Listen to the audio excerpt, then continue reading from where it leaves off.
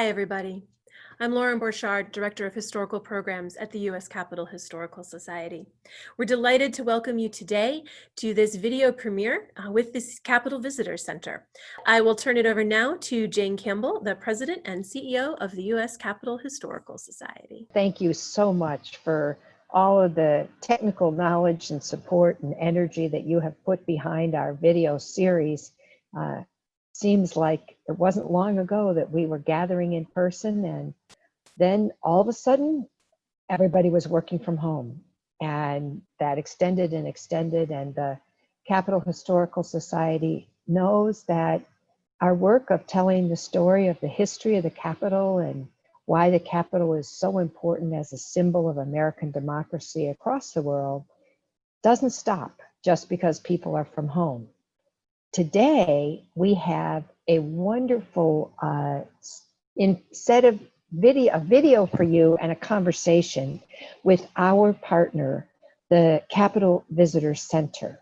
You may remember that in the following the terrible attack of 9/11, 2001, the Capitol took a hard look at how did they handle visitors and decided that having visitors to the Capitol was so important that they would build a Capitol Visitor Center that was both secure and large enough and gave people an opportunity to come to the Capitol. And since that opened in, I guess Lauren will have to tell us, I think it was 2006 or 7, thousands and thousands of visitors have come through the Capitol. But right now, the Capitol was closed. And so in the wake of it being closed, the Capitol Visitor Center decided to create this video that we are going to share with you today. And we have 3 of the women who are behind making this video who are going to be on our panel. And I want to tell you a little bit about them. Marcey Frutchey has been the videographer at the U.S. Capitol Visitor Center for the past 3 years. She produces video and multimedia projects highlighting the programs and activities and the dedicated staff of the Capitol Visitor Center. She's an award-winning independent filmmaker and a graduate of the Peter Stark Producing Program at the University of Southern California. Marcey produced the video using the script as a basis for selecting and editing all the footage, managing the audio recording, and putting the final product together. So this is Marcey's product. Emily Boisvert has been the visitor's guide at the U.S. Capitol for almost 12 years. During that time, she has been instrumental in the creation and establishment of a variety of educational programs and specialty tours for the U.S. Capitol Visitor Center. Throughout her 20-year career, she has worked at museums and historic sites in New England and Washington, D.C., has been a lecturer in museum studies at Regis College in Weston, Massachusetts, and she has a master's in American history from the University of New Hampshire and an ALM in museum studies from Harvard University. Emily wrote the script for the video tour, and you will hear her voice as the narrator. So we get to both hear her voice on the video and then ask her questions. But to introduce the whole video today, we're going to hear from Lauren Windham Roszak, who is the Educational Programs Manager at the U.S. Capitol Visitor Center. She has worked in museums, historic buildings, and cultural sites in both the United States and in England. Lauren finds sincere enjoyment and value in her work with public and school audiences. Both of are kind of groups that she's worked with for almost 20 years. She is so motivated to create museum programming in unique spaces that she loves to work with difficult topics, to use art and objects to tease out stories, and to look at the universal themes in her tours. For the video tour, Lauren set up the educational goals and the required content, and she worked with both Emily and Marcey to edit and finalize the script and the imagery. And so I now present to you Lauren Windham Roszak, the Educational Programs Manager at the Capitol Visitor Center. Lauren, tell us about your video. Hi, Jane. How are you today? Great. It's great to have you. Great. I'm happy to be here with you today. And just a little bit about how this process happened for us. We got together shortly after the Capitol had to close and decided that we needed to do something. We had to reach out to our public audience and let them know that we're still here and we care about them and that we wanted them to still see the inside of the building. One of the things that was really important to us was the fact that this time of year is when about 10,000 people a day visit the Capitol Visitor Center. And we can't see any of them right now, and they can't see the inside of the building. About over 2 million people visit the Capitol Visitor Center each year, and it has been open since 2008. So these are a lot of people who aren't getting a chance to see the space. We also know that schools had planned these trips for a very long time and saved up their money to do them. And families were planning these big trips to DC to share places like the Capitol with their loved ones. So we wanted them to have a chance to see inside. This video that we're about to show you is our chance to give them a general tour of the space. And it takes about 10 minutes. And I will turn it over to Marcey to launch the video. Welcome to the U.S. Capitol. Until you can visit us in person, we're going to share with you some of our favorite aspects of a Capitol tour. Since 1800, Congress has met here in Washington, D.C. to represent the people and make laws. Both the U.S. House of Representatives and the U.S. Senate share the building. The House is on the south side or the left from this vantage point, and the Senate is on the north side or the right from this angle, with the Rotunda in the middle under the Capitol dome. Notice the statue on top of the Capitol? We're going to see a model of her up close in the Capitol Visitor Center. Come on, let's go inside. When you visit the Capitol, you enter through the Capitol Visitor Center. People from the U.S. and around the world not only come here for tours, but also for conferences and meetings with members of Congress on important issues. This room was named Emancipation Hall to honor the enslaved people who worked to build the Capitol.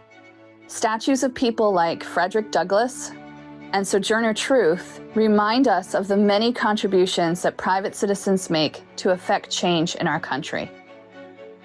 Remember this statue from the top of the dome?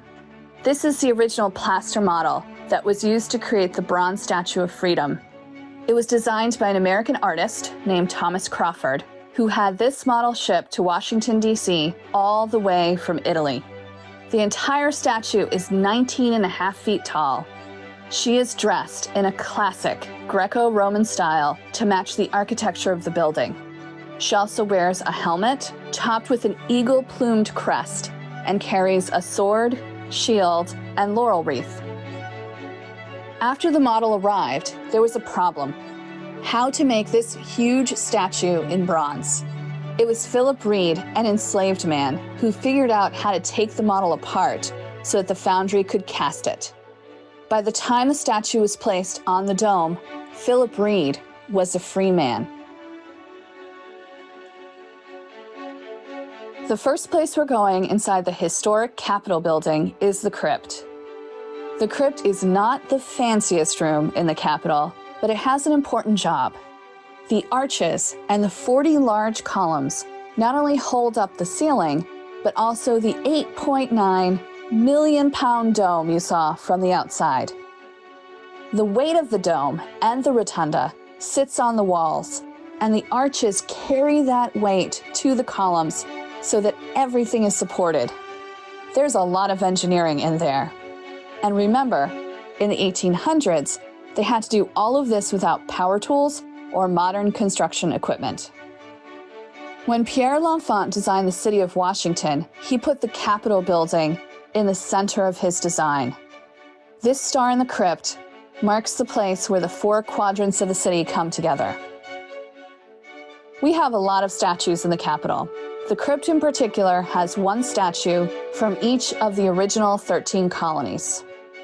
This is a statue of Roger Sherman from Connecticut.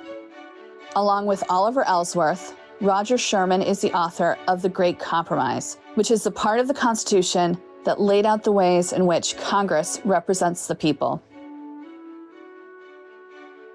Now let's go upstairs to see the Rotunda, the room directly under the dome. The Rotunda is the ceremonial center of the Capitol. Over the years, we've used this room to share our history, unveil new art, honor those who have made significant contributions, and to say goodbye to national leaders and citizens who have served our country. During the Civil War, we even used this room as a hospital for wounded soldiers. This room is decorated with art. Above us, in the eye of the Rotunda, is the Apotheosis of Washington. It's a fresco, which means that it was painted onto the ceiling over wet plaster. The entire painting is huge, 4,664 square feet. The artist, Constantino Brumidi, had to climb 180 feet up inside the dome to paint it. The word apotheosis means that you've reached the highest height. And in the middle of the painting is George Washington, surrounded by women, 13 of which represent the 13 original colonies. Also in the painting are scenes representing 6 different themes: war, science, marine, commerce, mechanics, and agriculture, symbolized by Roman gods and goddesses. Much of the artwork in the Capitol reflects the history of the country. Some of these may even be familiar to you. This painting by John Trumbull is a presentation of the Declaration of Independence, which appears in a lot of textbooks and even on the back of the $2 bill.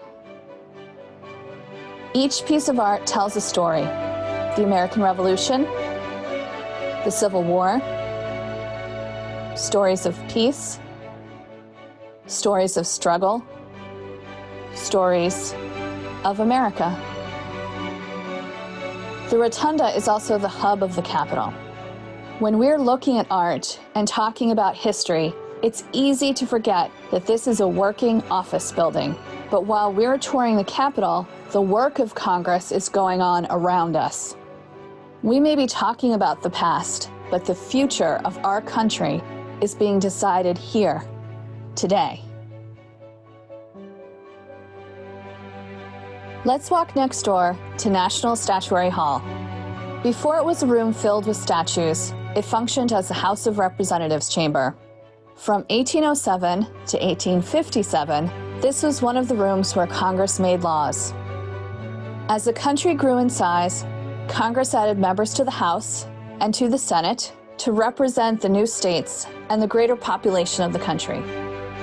We recognize some of the people who are members of the House in this room by marking their old desk locations, because 8 of them, including Abraham Lincoln and John Quincy Adams, became presidents of the United States. Congress turned the old Hall of the House into National Statuary Hall in 1864. Statues are chosen by the state legislatures. Each state can send statues of 2 people from its history. Some of the state statues that are in this room today depict people who were members of the House when this room was the House chamber. For example, Kentucky sent the statue of Henry Clay, who was the youngest Speaker of the House. But states haven't just sent statues of members of Congress or politicians. One of the newer statues in the collection is Chief Standing Bear from Nebraska. He was a leader of the Ponca tribe. When they were forced to move to Oklahoma to a reservation, he argued successfully for the rights of his people. Here's the statue of the inventor Thomas Edison. The state of Ohio sent this one. There is also a statue that is not a state statue, but is a gift from Congress to all of us. And that is the one of the iconic civil rights leader, Rosa Parks, a woman who risked her life in the fight against segregation. When this room became Statuary Hall, they thought that all of the state statues would be placed here, but that was long before we had 50 states. Statues started arriving in the Capitol in 1870, but in the 1930s, the collection outgrew Statuary Hall, and for both aesthetic and structural reasons, Congress authorized the display of the statues throughout the building. Here are a few statues you can find in Emancipation Hall, where we started the tour. This is Montana's statue of Jeannette Rankin, the first woman elected to the House of Representatives. New Mexico sent this statue of Popey, one of the leaders of the Pueblo Indians in the 1600s. Alabama sent the statue of Helen Keller. Ms. Keller, as an adult, advocated for the rights of people with disabilities. She was both deaf and blind herself. In this statue of her as a girl, the artist captured the moment when she learned how to communicate the word for water. The Capitol is unlike any other place you'll visit. It's the center of American government, but it's also a witness to history and a symbol of democracy. A place where we tell the stories of what it means to be a citizen of the United States in the building where the people are represented by Congress. We're happy that you took the time to come on a tour with us, and we hope that you have been as inspired by what you've seen as we are every day. When you're able to visit, we'll be here to welcome you to the United States Capitol.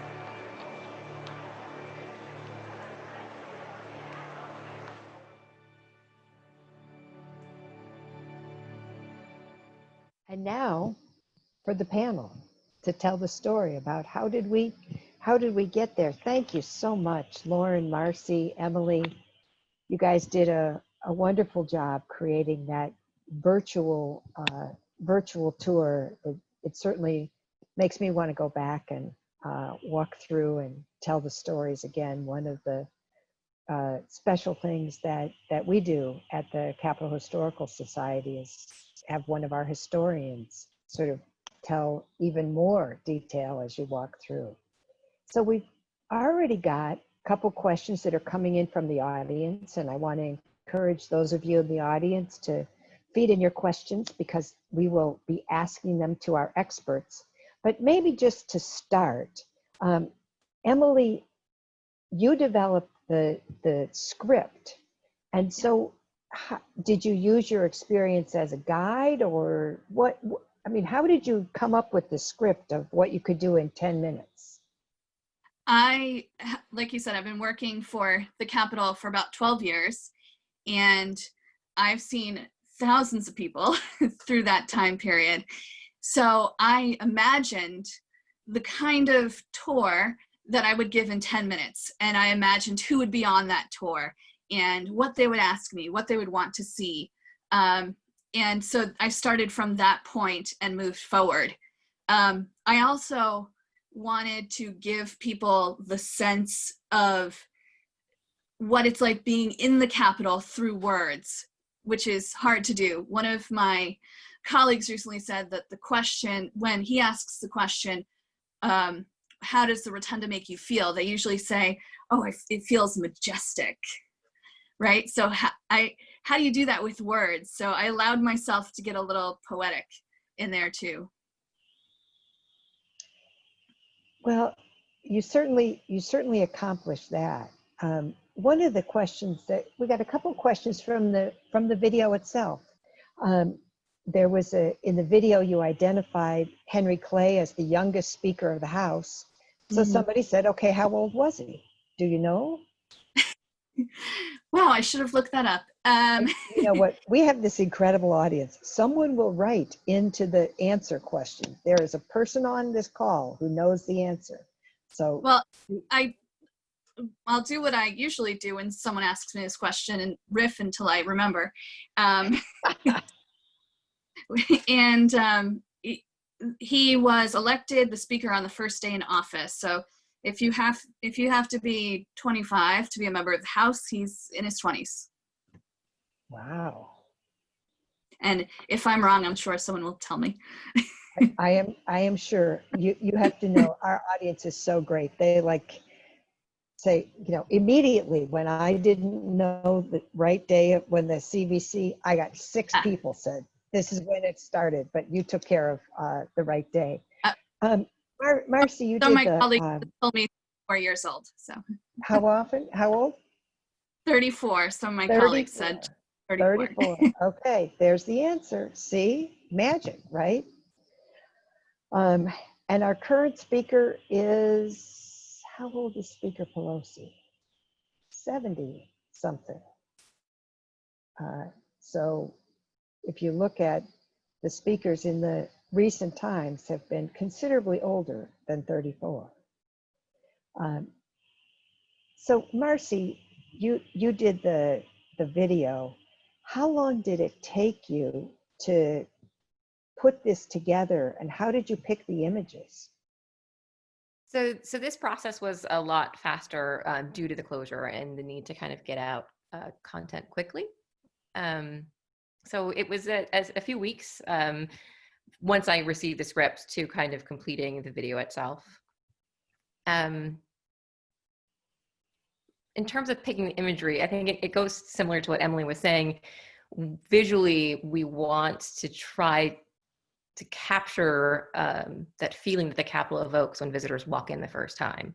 So trying to kind of get a sense of the space and the history and the room itself really was, I think, one of the biggest challenge, and something that I was trying best to convey, both with the visual imagery and the wide shots and those longer moments of getting to kind of just see the Capitol without the crowds of people. It was an opportunity to kind of give visitors who aren't able to come right now a kind of a look that they don't usually get, which is kind of those spaces without people in them. And who were the architects that worked on building the Capitol? I'm going to throw that one to Emily. Emily, I think you might know the answer to that question. Yeah, that's a question for me, I think. So it depends on what part of the building you're in, which is not what people want to hear usually. There isn't one. But in the Rotunda, for instance, the walls are all done by a Massachusetts architect. And then the dome is done by Thomas Walter. So you've got this sort of, and then Benjamin Latrobe does part of the building. It was all designed by someone else. But the parts that we see have also been modernized as well. So like when we're in the Statuary Hall, the ceiling isn't the original Latrobe ceiling. And it's a bit of a mix. We had quite a number of architects,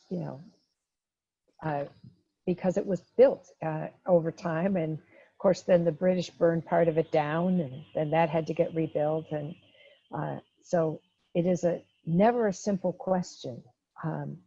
One of the questions that, can you tell us a little bit about the design of the visitor center? How was it, what was it designed to do, and how many people do you work with walking through on a daily basis? Lauren, maybe you know the answer to that question. I can try to help answer that one. The Capitol Visitor Center is completely underground on the east front of the United States Capitol. And you enter it in a subterranean entry point where you go through security. And then you enter into a very large space called Emancipation Hall, which Emily had in the video. And that is there to be able to house quite a lot of visitors as we cycle them in through a movie about the history of Congress and then on to a tour. And this time of year when it's really busy, we see over 10,000 people a day. And we serve them in groups of 250 every 10 minutes on tours. Wow. We always are trying to get the next generation involved. And so Ava, who's 7 years old, wants to know, can you tell her how many steps would you get if you took a walking tour of the Capitol? Emily, surely you have once put this on your Fitbit. Give us an estimate. Well, I can tell you that I generally walk 6,000 steps a day. And so that's over 8 hours. I think we have to do math for this one. And how many tours do you give during those 6,000 steps? 5 tours. 5 Okay. tours. So yeah, you'd get, a little more than 1,000 steps in. And that's That's great. Now, here's another Emily question. What is the question that you get most often when you're giving a tour? How tall is the dome? Interesting, interesting. And And it's 180 feet on the inside, 288 feet on the outside. well, there you go. We got to have the answer. Right. And, you know, several people have asked, when will the Capitol reopen? And we all said we wish we knew. The Capitol is under the control of the Sergeant of Arms of the House and the Senate, and they are working with the Capitol physician and the CDC and the city to figure out when it would be safe. And so right now, we don't know the answer to that question. The Senate came back, and even the Senate themselves was only able to have a small number of staff. The House has decided to postpone coming back. And so for now, we're going to be doing virtual engagement. One of the other questions that people had is, now they've seen this video, is it available on the CDC website? Can people go and look at it if they want to see it again? Lauren? I can speak to that. We are going to have it up on our website, and we're also going to have it on our social media channels as well. So there will be a couple of different places that you can find that. And we will also, we will link to it on the U.S. Capitol Historical Society website. So you'll be able to get it from either website, and so that it will be available. And someone asked a really important question, which I think is really significant. They want to know, how do they get a tour with Emily, and how much does a tour cost? Emily, answer that question. First of all, the tours are free, which is great. How do you get a tour with me? Well, I'm not the only tour guide at the Capitol building. There are a bunch. And if you come to the Capitol, there's a chance you could be on my tour, but you could also be on a tour with one of my colleagues, and everyone gives a fantastic tour of the Capitol. So I hope to see you, whoever you are. But if I don't, I know you're in good hands. Marcey, you did this video, and you can't believe the number of people who have written in just saying that you really captured the essence of the Capitol, and they're so appreciative.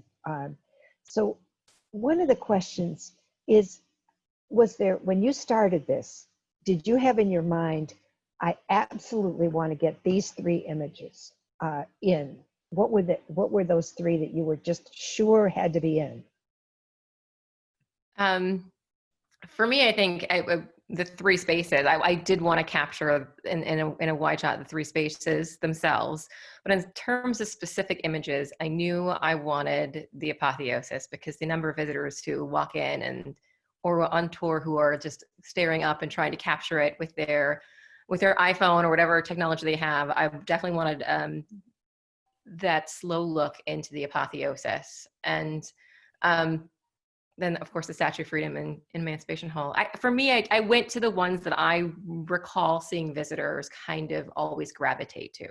So when a visitor walks into Emancipation Hall, they always want to take a picture with the Statue of Freedom. She's there, and she's so impressive, and she's really just kind of a focal point. So making sure we had some Statue of Freedom images, and I wanted to show those close-ups of the Statue of Freedom because there's so much detail that you get to see in the model versus the one that is on top of the dome, since it's so far up there. And then the apotheosis in the Rotunda. And in Statuary Hall, for me, it's always just kind of standing in that center space and getting to see all of those statues kind of surrounding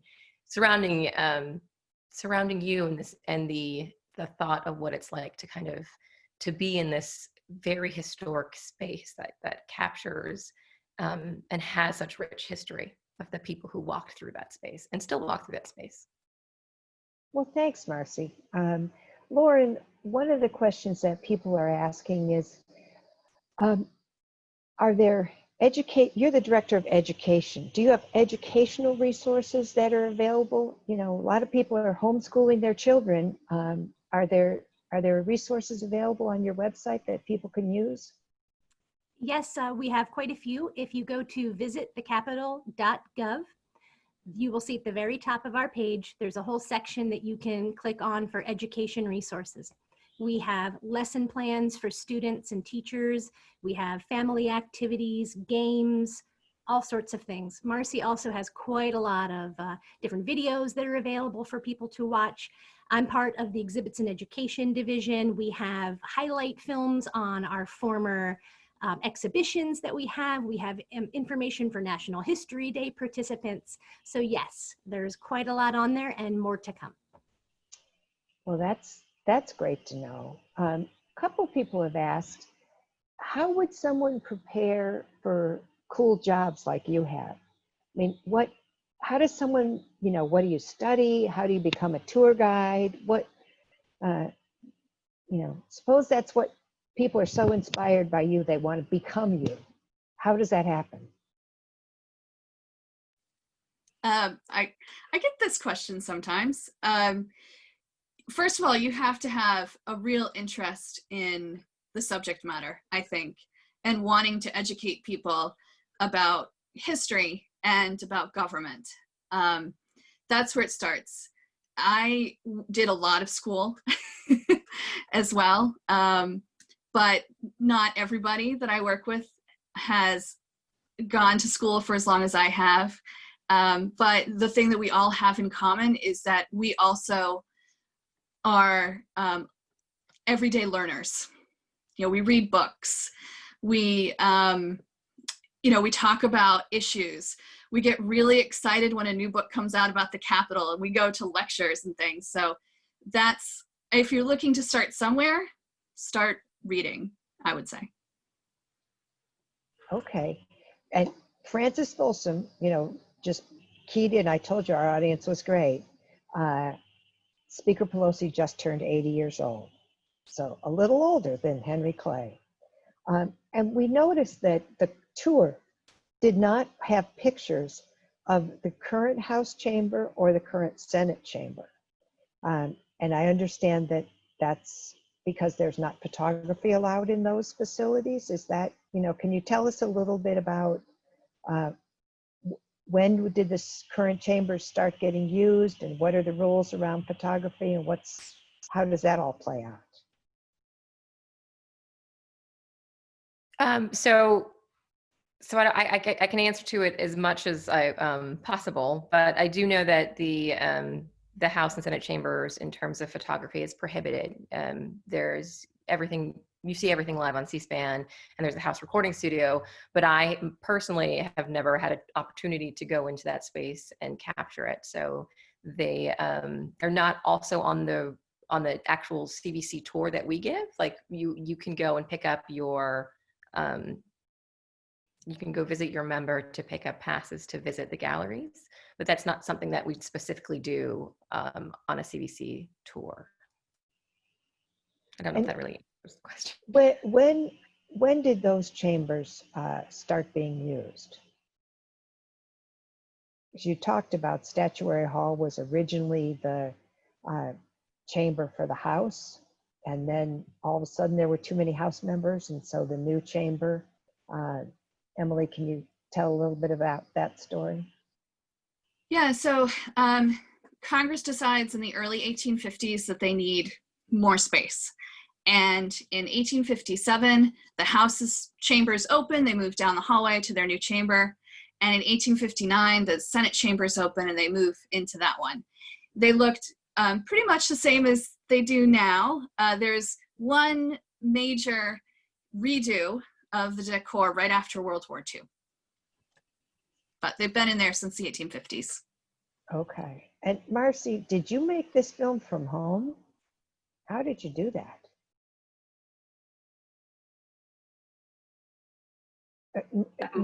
Sorry. Okay. Yes, I did. Much like everyone in this current time period, we are observing teleworking and social distancing. So majority of this was done at home. I have some external hard drives and a laptop that I edited on at home, and it was an interesting process because usually it was also, we couldn't necessarily, I usually like to shoot film after we receive the script. So it was a little bit of a reverse process in which I received the script and then kind of had to find the footage that we had already to fit the script. So Interesting. all done from home. So here, Emily, here's another question for you. What's the most off the wall question that you've ever gotten asked during a tour? How many doorknobs are in the Capitol? Oh, there you go. I bet that's It's a not knowable thing, I suppose, but it's not something that I I know. calculated. I don't even think our audience has the answer to that question as we come through. And related, who's the coolest celebrity that you've ever gotten to give a tour to? I've met a few celebrities in events that we have at the Capitol building.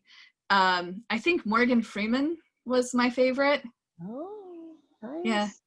I also met Dick Van Dyke, and I was really excited about that. But Morgan Freeman probably.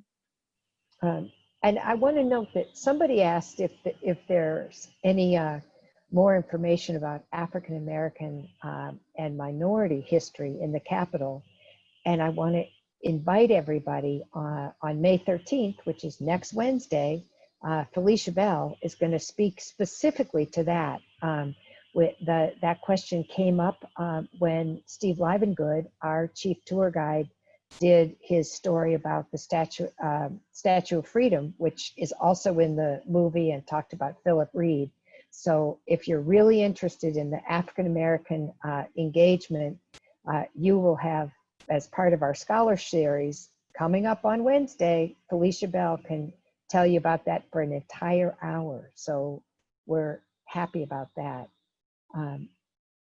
One of the other questions that people have is,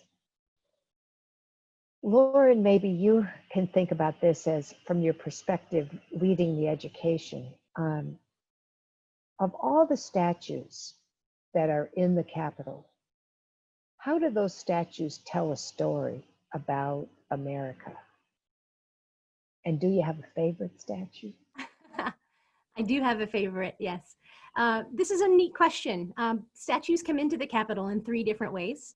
They can be commissioned by Congress, they can be a gift from an organization or a person, or they can be part of the National Statuary Hall collection. And the National Statuary Hall collection is made up of 100 statues, 2 from each state in the Union. And since the year 2000, you can change out your statue. So if you have 2 statues at the Capitol and the state decides that they want to swap one out for somebody else who's made a great contribution in their state's history, they can absolutely do that. So we have had a couple of swaps, but it always stays at 100. It is full at the moment.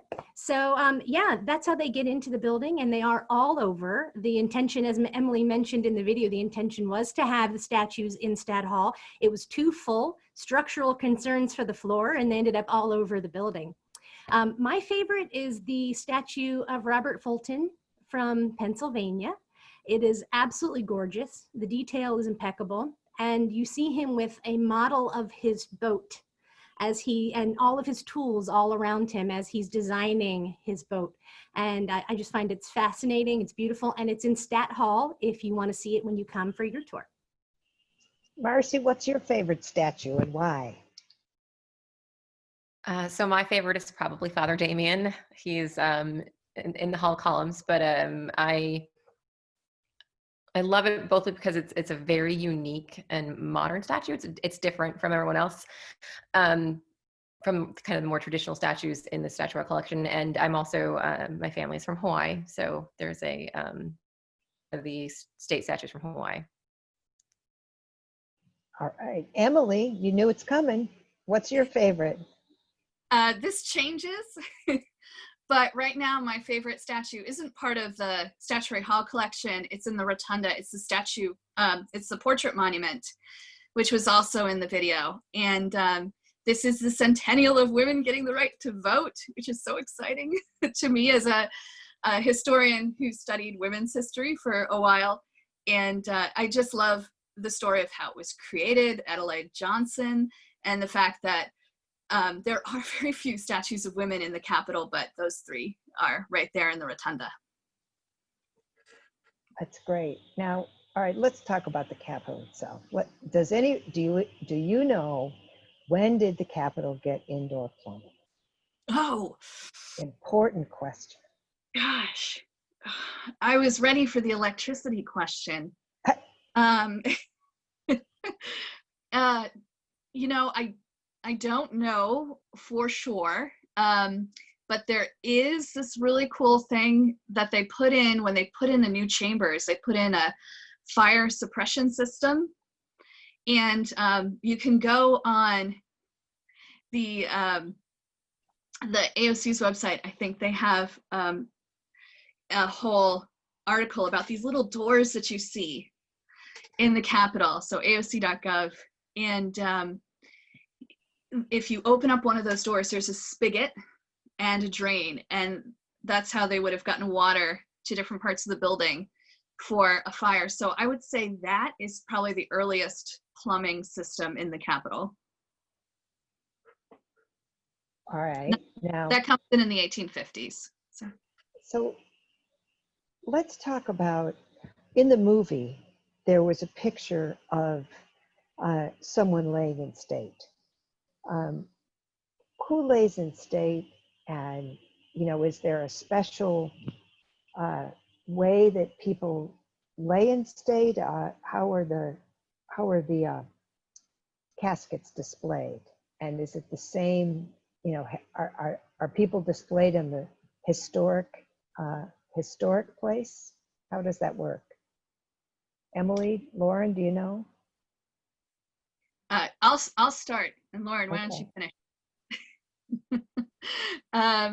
So we have in the past couple of years had quite a few lying in state ceremonies, and typically when we call it a lying in state, it's in the Rotunda. However, earlier this year, a member of the House passed away, and it was hosted in Statuary Hall, and we also called it lying in state.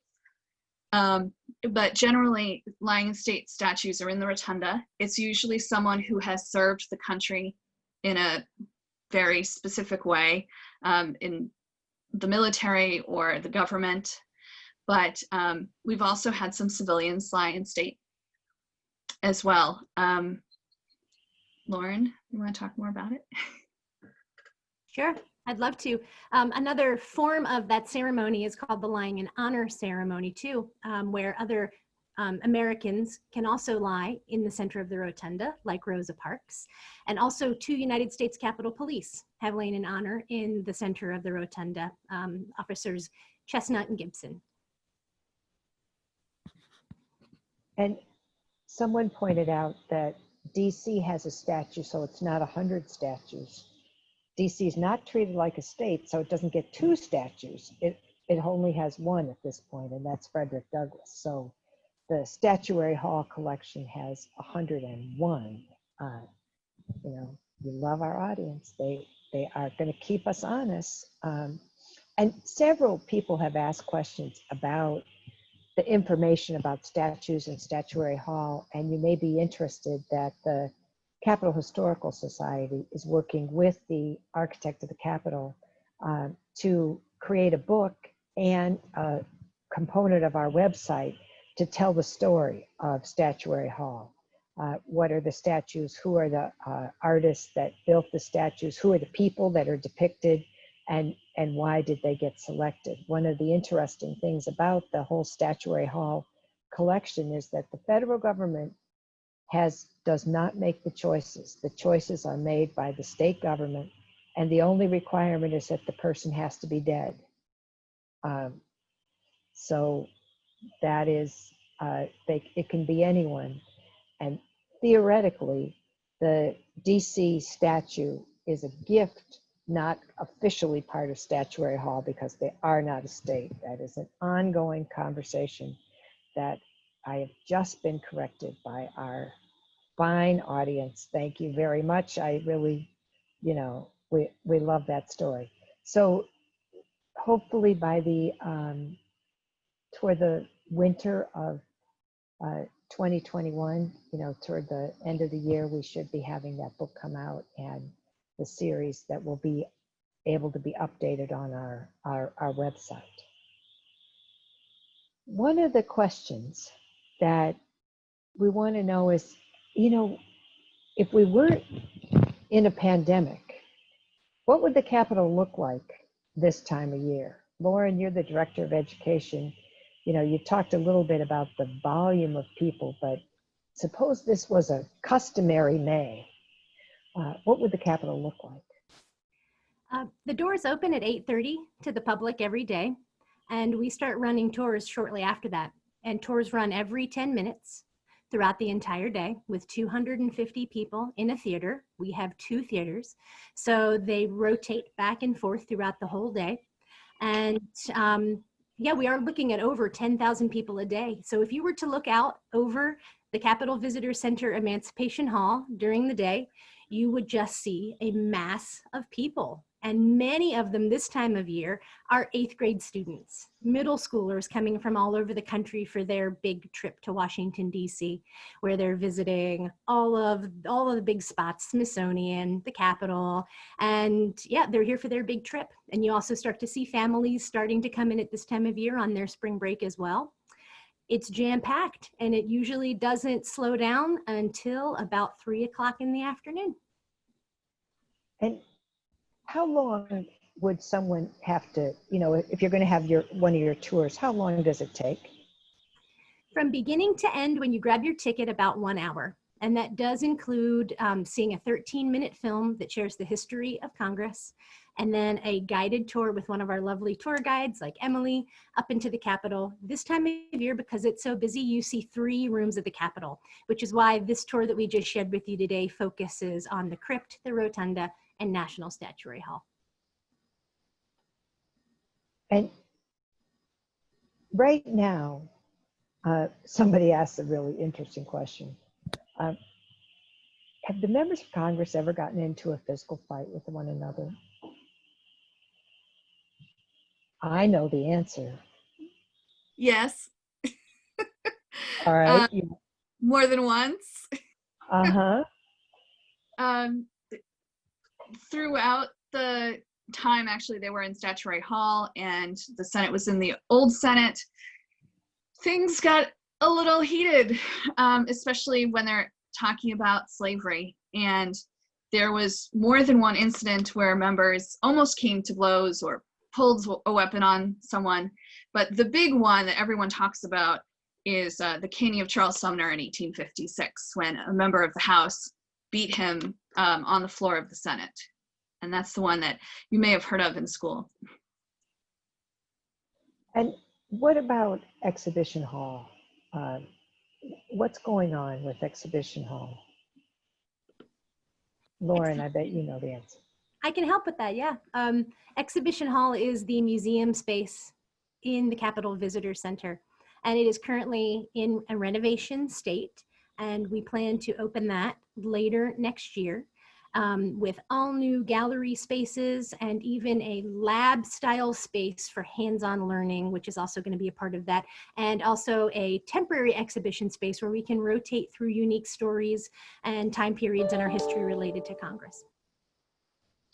And what you said, when was that going to be open? Do we know? Well, it's definitely closed down at the moment, Right. and hope that it will open by the end, sometime in the next year. Okay. And so if someone was going to plan to visit and they didn't want to be here during the spring when everybody else was here, is there a better time to come when there's less people? Is there opportunity to see more, or do they see the same thing no matter what time of year they come? Lauren, why don't you, or Emily, you're going to take that one? Okay. Yeah, it really depends on how much of the Capitol you see, depends on how many people you have coming in for that day.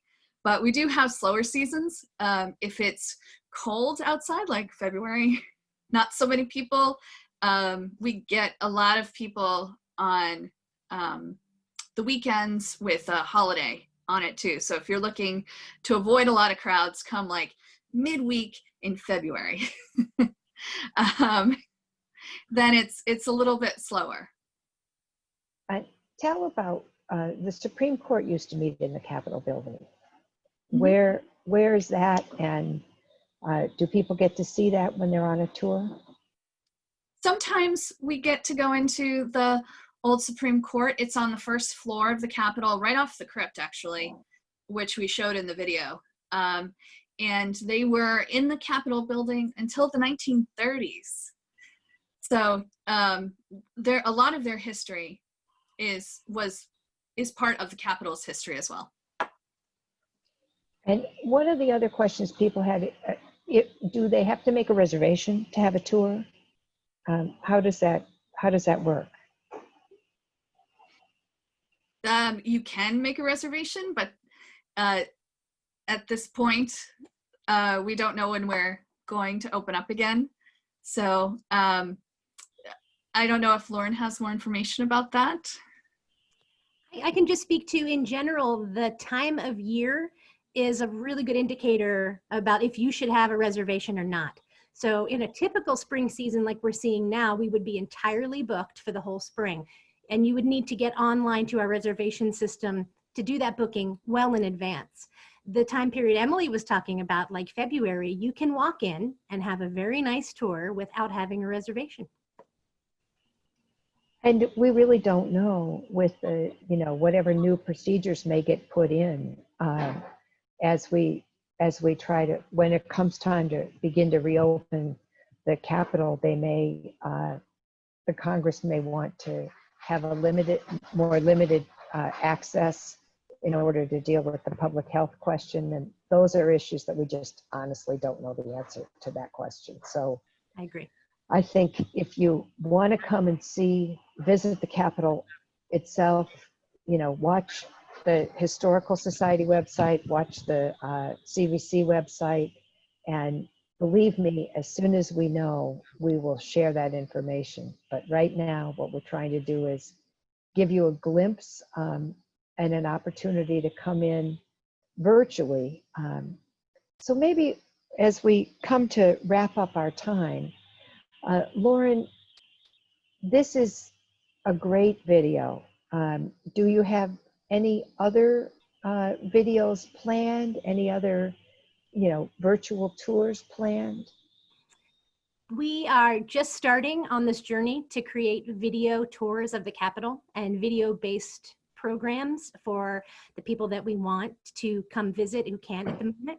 And in fact, Marcey and Emily and I are all working on another project that's about to launch with another colleague of ours named Ed. And we're doing the 8th grade curriculum-based tour. So if you liked this 10-minute tour today and you have some middle schoolers at home, please be on the lookout for our longer curriculum-based program that we're going to be bringing to you soon. We also have in the works a program that looks at all 50 states and their contribution to the National Statuary Hall collection. So you're going to hear from 50 unique voices across the Capitol Visitor Center staff who are going to share that collection with you. And that is coming down the road too. Well, that's great. And then the other thing to know is that we're having a continuing sort of virtual walking tour series looking at the position of the Capitol or Capitol grounds and the development of the Capitol with Steve Livengood. We call that Lunch Bites with Steve and Jane. So we have those conversations on Thursdays at lunch, and you're all invited to that. There are a couple questions that came through that I think we're going to put to Steve, because I've heard him tell the historical side of this. He has been for 50 years, imagine, Emily, even longer than you, a tour guide, and he will be able to answer the question somebody asked about, is the Capitol haunted? And tell us the stories. So those details are yet to come. We really appreciate everyone being involved. Marcey, Lauren, Emily, you and the whole team at the Capitol Visitor Center are great to work with. We really appreciate your coming on our series to launch this. And we are delighted that all of you joined in to listen and to ask your questions. The question box will be open for a little while as we close down, and we will look at those questions and try to see how we might be able to answer them, whether it's in a different video, whether it's in Steve's conversation. It was really out of questions that we created the Felicia Bell invitation. So we look at this as an ongoing conversation about the Capitol, the Congress, and the work that goes on. Because at the end of the day, Congress is Article 1 of the United States Constitution. The Capitol stands on the hill, on the bluff, as one of the distinguished buildings of the nation. And it is because it is our symbol of freedom. And thank you each for protecting it and sharing the story. We appreciate you being here. All this information will again be available on the Capitol Historical website. We certainly hope that you will become a member of the Capitol Historical Society and continue to support us so we can bring these fine programs to you. Thank you very much. Have a good day.